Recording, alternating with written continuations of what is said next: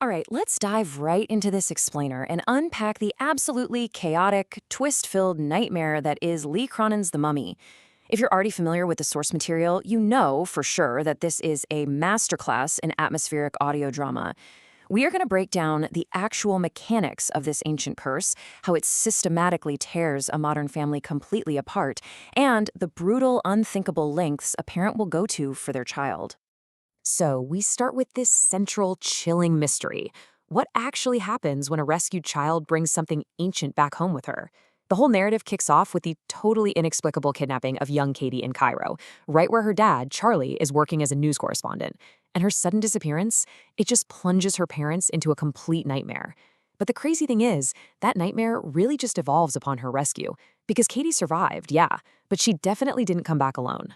The immediate visceral horror her parents face upon finding her sets this incredibly dark, suspenseful tone right from the jump.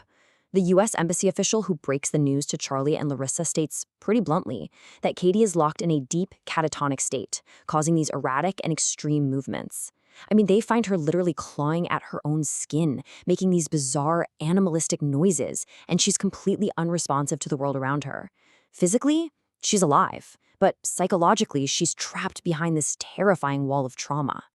And the true terror of this story really relies on watching a completely mundane, modern family get suddenly infected by unimaginable trauma.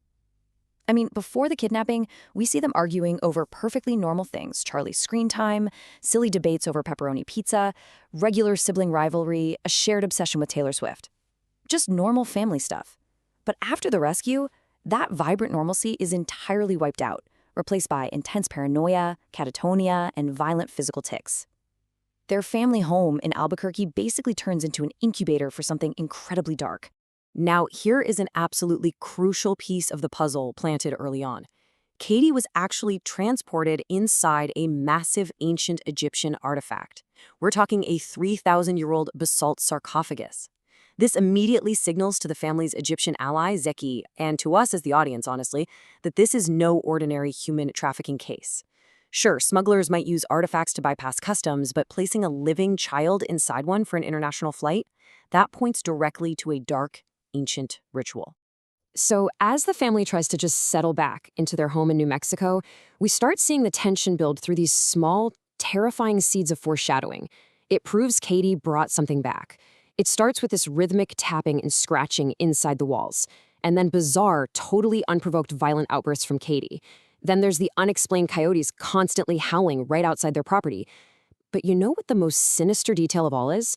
The revelation that just before she vanished, Katie was given candy by a secret friend who claimed to be a magician at the end of her garden back in Cairo. Okay, this is where things get really intense.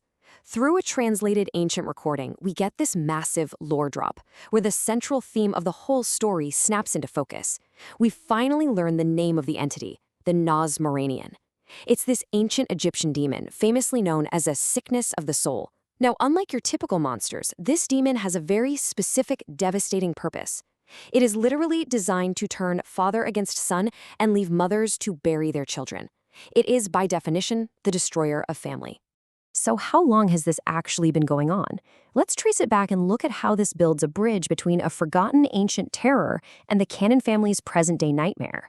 Around 3000 BC, this demon is first mentioned in early hieratic text.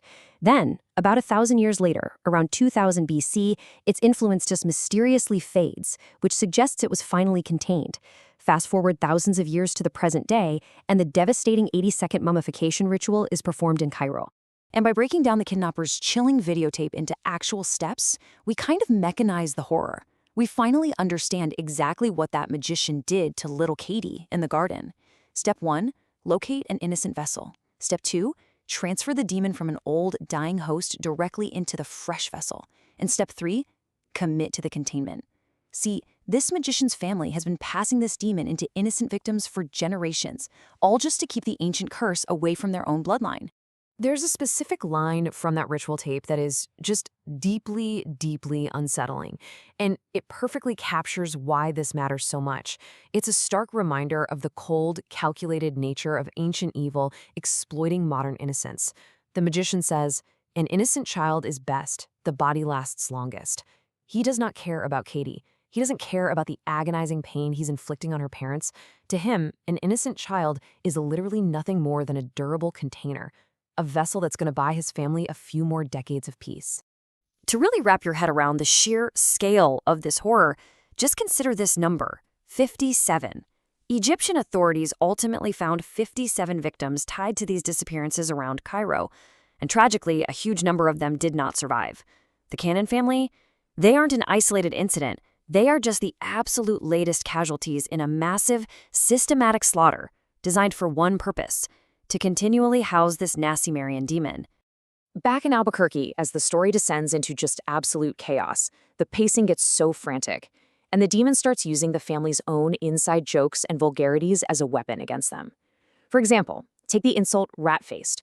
Earlier in the story, the kids were innocently joking around, saying their teacher looked like a rat. Harmless, right? Well, now, the demon uses Katie's voice to violently, endlessly scream this exact insult at her own grandmother.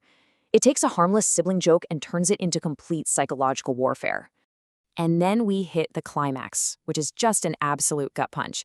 The demon fully asserts its dominance, viciously taunting Charlie as it literally tears the family apart physically. In the middle of this brutal, bloody confrontation, the demon looks dead at Charlie and simply says, "I'm her daddy now." It's mocking his desperate attempts to protect his own daughter. And that is the horrifying realization for Charlie. He is fighting a totally unwinnable battle. The entity has completely, fully entrenched itself inside his little girl. This whole climax brilliantly showcases the incredibly tragic, bloody lengths a father will go to just to contain this thing and save his kid.